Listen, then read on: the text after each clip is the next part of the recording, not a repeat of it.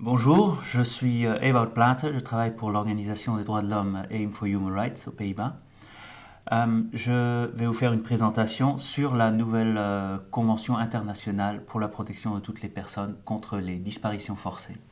Tout d'abord, je vais vous expliquer un peu ce qu'est une disparition forcée. Ensuite, on va parler de cette convention, comment elle a été négociée, du nouveau comité qu'elle crée et pour finir, je vais vous parler un peu de comment avance la campagne pour la ratification de cette convention. J'espère que cette présentation va vous plaire.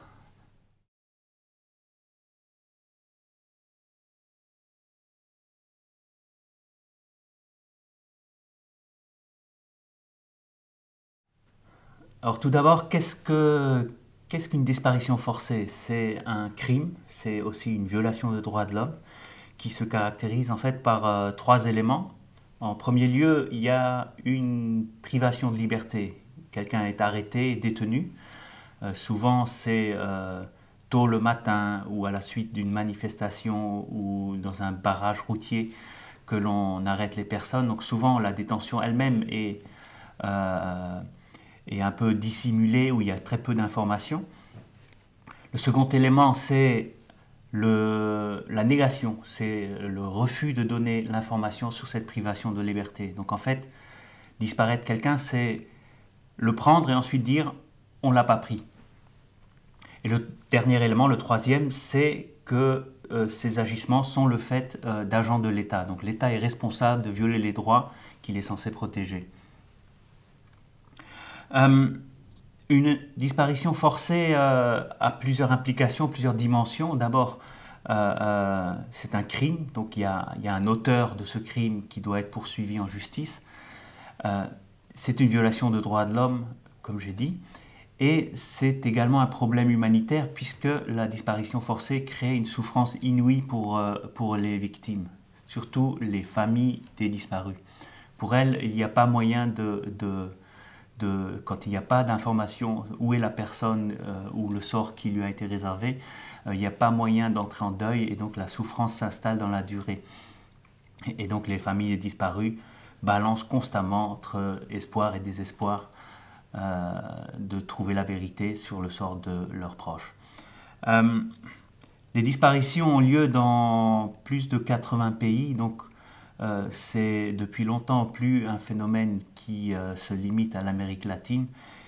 C'est également pas un phénomène du passé, vu qu'il y a des cas récents et les cas du passé, en fait, continuent, ils s'installent dans la durée. Il n'y a pas de cas, anciens, disons, puisque la disparition forcée est un crime continu.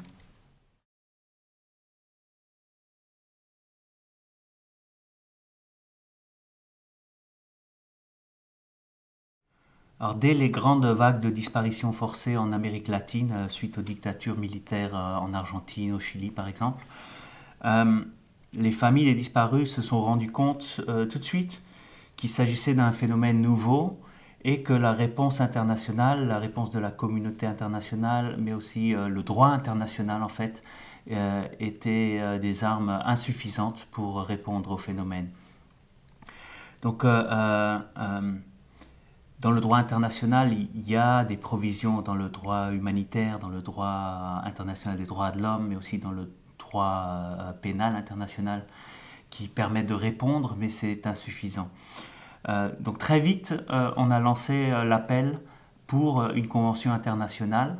Les Nations Unies ont créé un groupe de travail en 1981 avec un but humanitaire de lancer un appel à la recherche urgente des personnes disparues. Mais le travail pour une convention, pour un traité juridiquement contraignant, a commencé plus tard. D'abord un colloque à Paris qu'on a intitulé le refus de l'oubli, qui a été le tout début de ce travail. Ensuite,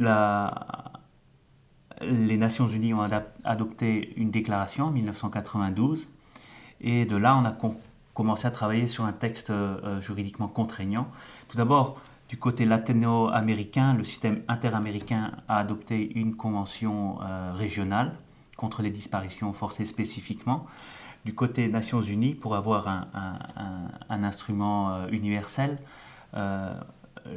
L'exercice a traîné un peu.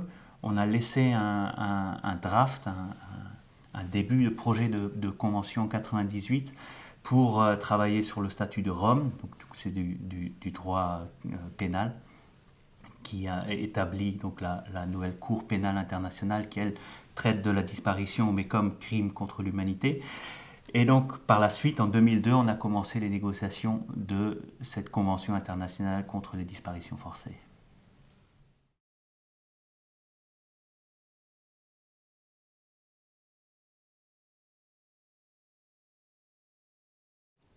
Je vais vous parler un peu des négociations de ce traité. En premier lieu, il faut comprendre que c'est les États, c'est les délégations, c'est les diplomates des membres des Nations Unies, donc des pays qui négocient cette convention.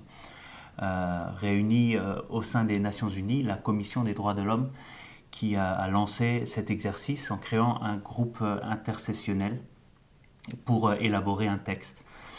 Et donc, ce qui est peut-être le plus marquant, c'est que non seulement les délégations étaient présentes, mais également les ONG de droits de l'homme qui ont une connaissance technique, juridique impressionnante, mais aussi la présence des familles des disparus, leur fédération régionale était présente et ceci a certainement eu une influence sur les négociations. Peut-être un autre point important, c'est le rôle de la présidence française, l'ambassadeur Kessedjian qui a procédé d'une manière très habile en passant par une série d'accords sur des principes de base, sur des accords préliminaires qui permettaient de faire avancer les choses en remplissant peu à peu les détails, mais qui ne donnaient plus l'occasion aux États de revenir en arrière. Donc de cette manière, il les a un peu poussés dans un coin pour leur faire accepter un texte qui, en fin de compte, est un document, un traité de droits de l'homme extrêmement fort.